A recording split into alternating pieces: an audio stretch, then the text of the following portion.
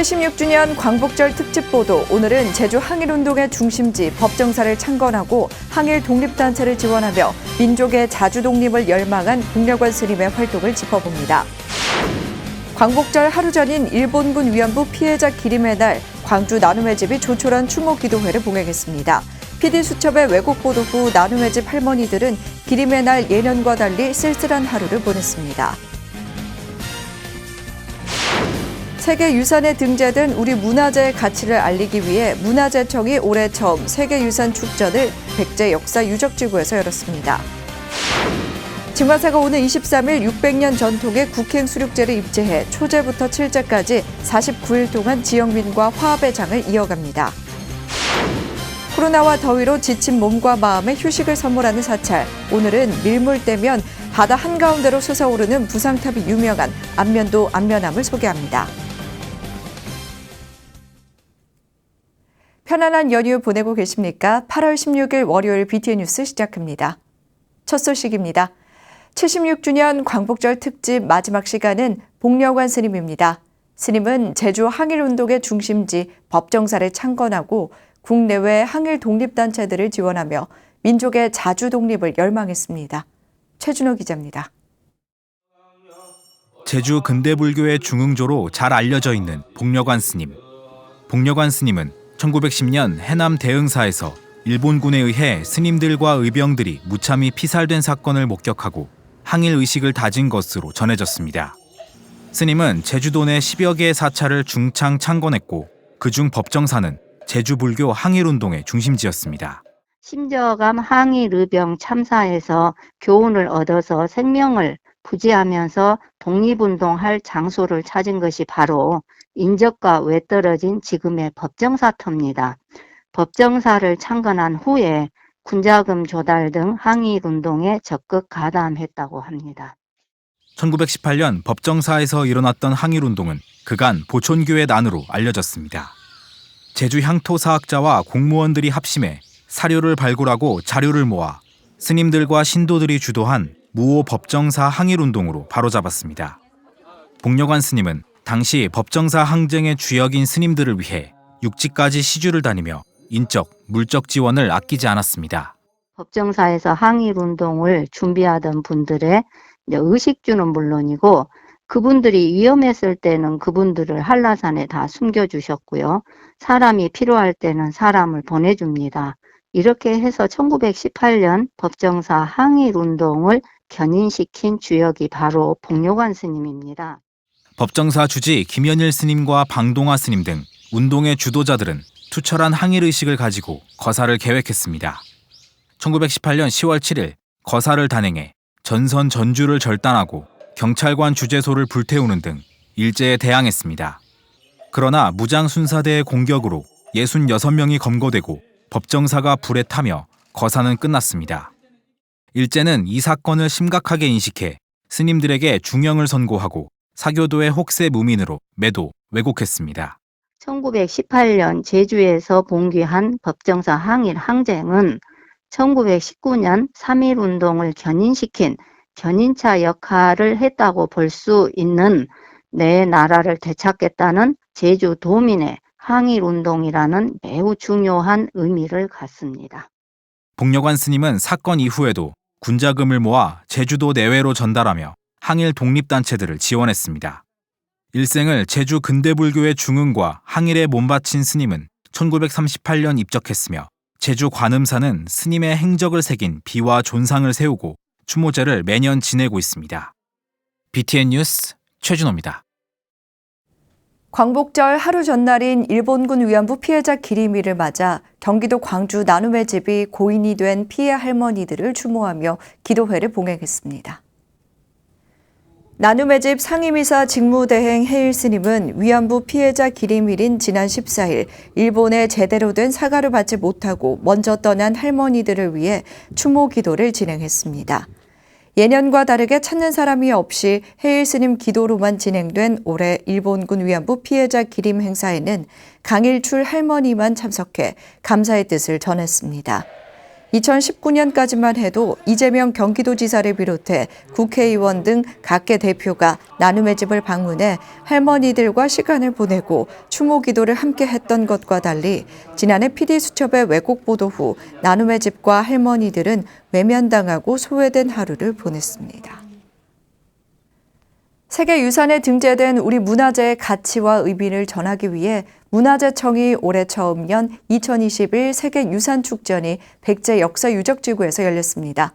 이경진 기자가 보도합니다. 백제 세계유산축전이 찬란한 유산 어게인 백제로를 주제로 지난 13일 저녁 충남 공주와 부여, 전북 익산에서 동시에 개막했습니다. 문화재청이 지난해부터 준비해 올해 처음 여는 세계유산축전으로 백제 역사유적지구의 가치와 의미를 알리고 코로나19 시대에 가상과 현실을 넘나들며 백제의 가치를 향유하고 확산하기 위해 마련됐습니다. 백제 역사유적지구에서 열리는 세계유산축전의 개막을 축하합니다. 세계유산축전은 세계유산의 훌륭한 가치를 보다 많은 사람들과 함께 누리고자 세계유산을 무대로 다양한 문화행사와 체험행사를 개최하는 문화재 활용 사업입니다. 세계유산에 등재되고 6년 만에 처음 열린 이번 행사는 오는 29일까지 17일 일정으로 진행됩니다. 공주시와 부여군, 익산시의 백제 후기 왕도와 관련 있는 8개 유적지의 가치를 알리는 다양한 행사가 온 오프라인에서 펼쳐집니다. 고품격 문화의 가치 향유 및 확산을 위한 22개의 다채로운 프로그램을 준비하였습니다. 아울러 코로나19 대비 방역 수칙을 준수한 안전한 환경에서 진행되오니 부디 국민 여러분의 많은 관심과 참여를 부탁드립니다. 연림회장, 교류회장, 화합의 장으로 개막식은 공주, 부여, 익산 3개 지역 주민이 동시에 개막을 선언했습니다. 백제 세계유산 축전은 다가치 백제로 등 가치 향유 프로그램과 현실과 가상을 넘나들며 백제 역사 유적지구를 탐험하는 가치 확산 프로그램 등의 고품질 콘텐츠 프로그램이 마련됐습니다.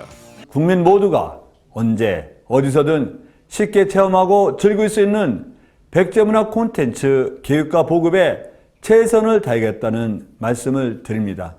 이번 행사가 코로나로 지친 국민들께 치유와 행복을 선사하고 위기 극복의 의지를 다시 모으는 계기가 되길 바랍니다.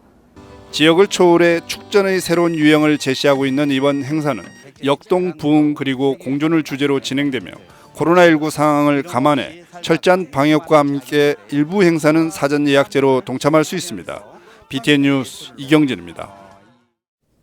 진관사 국행수륙제는 600년 넘는 전통을 이어오며 지역민과 소통하고 화합하는 축제장으로 자리 잡았는데요. 오는 23일 입제를 시작으로 초제부터 칠제까지 49일 동안 봉행됩니다.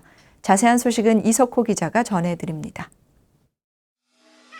조선시대 왕실주도로 거행됐던 진관사 국행수륙제, 600년이 넘는 전통을 이어오며 지난 2013년 국가무형문화재 제126호로 지정됐습니다. 단순 불교 행사를 넘어 우리나라 문화재로서의 가치를 인정받은 것입니다. 음악과 미술, 문화, 연극 등이 어우러진 불교 종합 예술의 정수로 꼽히는 진관사 국행수륙제. 오는 23일 입제를 시작으로 29일 초제부터 10월 10일 칠제까지 49일 동안 매주 일요일 진관사 경내에서 펼쳐집니다.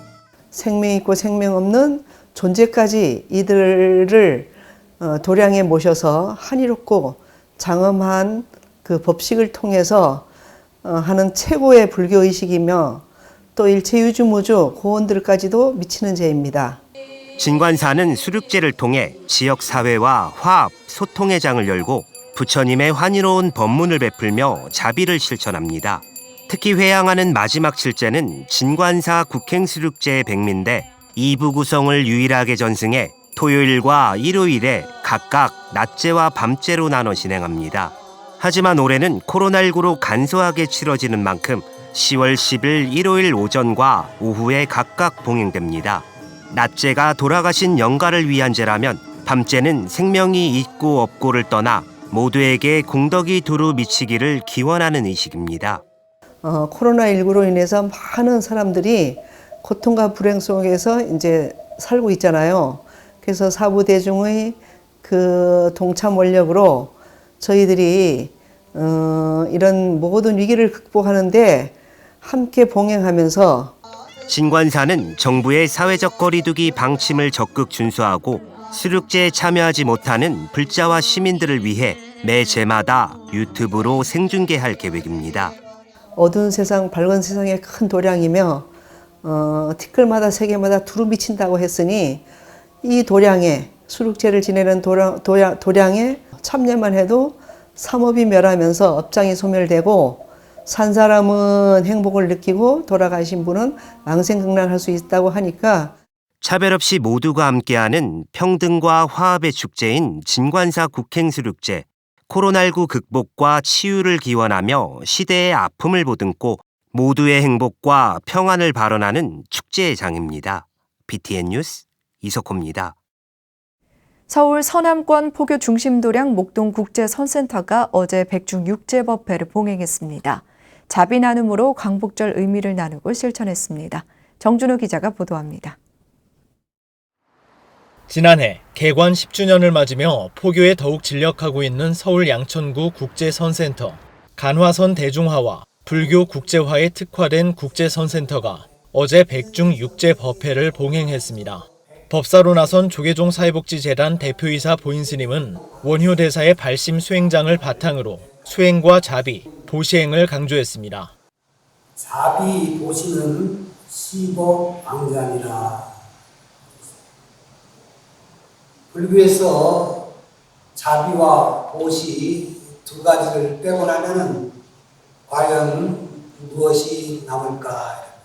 자비 보시를 떠올리면은 용서 못할 것도 없고 인내하지 못할 것도 있고 그래서 자비와 보시는 떨어지지 않는 하나의 국제선센터는 법회에 앞서 어려운 이웃과 나눌 백미 2,500kg을 조계종 사회복지재단에 전달했습니다. 신도들이 부처님 전에 올린 공양미를 어려운 이웃들에게 회양한 겁니다. 국제선센터는 매년 백중을 맞아 사회복지재단에 백미를 전달하고 있습니다.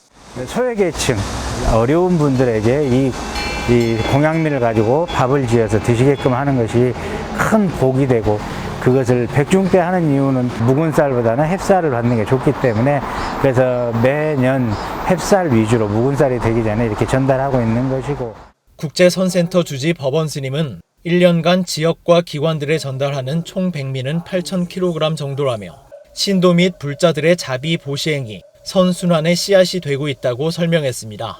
이날 법회는 사회적 거리두기 지침에 따라 참석 인원을 제한하고 온라인 중계로도 진행했습니다. BTN 뉴스 정준호입니다. 우리 민족의 역사와 정신문화를 기록한 삼국유사. 일현스님이 삼국유사를 집필한 경북 군위 인각사가 보각국사 일현스님 열반 732주기를 맞아 추모다래제를 봉행했습니다. 대구지사 안홍규 기자가 다녀왔습니다. 민족의 역사가 살아 숨쉬는 군위 인각사, 보각국사 일현스님이 삼국유사를 집필한 곳으로 잘 알려진 인각사가 어제 일현스님 열반 732주기 추모 다래제를 봉행했습니다. 삼국유사를 집필하신 인각사에서 효행도 지극하신 큰스님 다래제를 추모에 있어서 사부대중과 함께하게 됨을 방역수칙을 준수하며 봉행된 다래제에는 은혜사 조실 법타대종사, 교구장 대행 해안스님, 인각사 주지 호암스님을 비롯해 김영만 군위 군수 등이 동참했습니다. 민족의 성서 삼국유사를 이곳에서 탈거하셨습니다. 삼국유사는 불교와 토착신앙의 대립과 갈등, 융합 과정을 사실적으로 보여주고 있습니다. 삼국유사는 문화사 중심의 우리 민족 문화의 혼을 중심에 쓰신 다래제에 이어 예정된 이른 삼국유사 학술제 공모 시상식은 코로나19로 개별 시상으로 대체했으며 주지 호암 스님은 삼국유사 집필지로 인각사 중흥을 재다짐했습니다. 신도와 사부대중 모두가 오늘 점하여 옛 인각사 복원하는 데 최선을 다할 것이며 또한 모든 국민이 찾아 편안한 삼국유사를 체험할 수 있는 인각사 도량으로 발전하는 데 최선을 노력을 다하도록 하겠습니다. 인각사는 신임 주지 스님을 중심으로 교구 본사와 협력해 삼국유사 지필지로 인각사의 위상을 회복하고 지역 중심 사찰로 중흥을 다짐하고 있습니다. BTN 뉴스 안웅규입니다. 바다 한가운데 높게 솟아오른 탑으로 오래지 않은 역사에도 지역 명소로 자리 잡은 태안 안면암. 천수만을 그림처럼 두른 천혜의 환경에 일출과 일모를 동시에 만끽할 수 있는 안면암은 곳곳의 풍경을 바라보는 것만으로도 절로 마음이 편안해지는 사찰입니다. 이은하 기자가 소개해드립니다. 1998년 금산사 말사로 창건된 안면암은 오래지 않은 역사에도 안면도를 대표하는 명소로 지역에서는 유명한 사찰입니다. 서해로 이어지는 천수만의 뛰어난 풍경에 사방이 탁 트여 일출과 일모를 동시에 볼 수 있어 사진 촬영 명소로도 꼽힙니다. 무량수전을 중심으로 지장 대원탑을 참배하고 정각 중 가장 높은 곳에 자리한 비로전까지 오르면 서해로 뻗어나가는 천수만을 한눈에 볼 수 있습니다. 서해 바다의 안녕을 기원하는 대표적 관음기도 도량이기도 합니다. 그리고 많은 사람들이 찾는 관광 사찰이기도 한 안면암은 코로나19 시대에 휴가를 맞은 사람들이 들러서 참배하기 좋은 곳이기도 합니다. 썰물 때는 갯벌 위에 있다가 밀물이 되면 바다 한가운데로 떠오르는 부상탑은 안면암에서 가장 먼저 눈에 띄는 명소이자 꼭 참배해야 할 곳입니다. 밀물과 함께 바다 위에 떠오른 부상교를 따라 걷다 보면 여우섬과 조군월섬 사이로 솟아오른 17m 높이의 부상탑과 마주하게 됩니다. 부상교를 시작으로 안면암 불자들이 직접 설계하고 만들었다는 부상탑은 썰물 때는 갯벌을 밟으며 탑돌이도 할 수 있을 만큼 가까이서 참배할 수 있습니다. 안면도에 오니 주민들이 안면암에 대해서 많은 얘기를 해주셔서 와서 보니 주민들의 그 호응이 참 좋다는 것도 알았고 절 규모나 모든 면을 봤을 때 참으로 안정적이고 참 좋은 장소다. 반복되는 일상과 좁은 생활 반경에 지친 현대인에게 안면암은 막힘없이 사방으로 뻗어나가는 푸른 바다로 설렘과 희망을 선물합니다. BTN 뉴스 이은하입니다. 한국불교문화사업단이 템플스테이를 통해 한국불교 문화를 알리는 데 앞장설 사찰들을 모집합니다.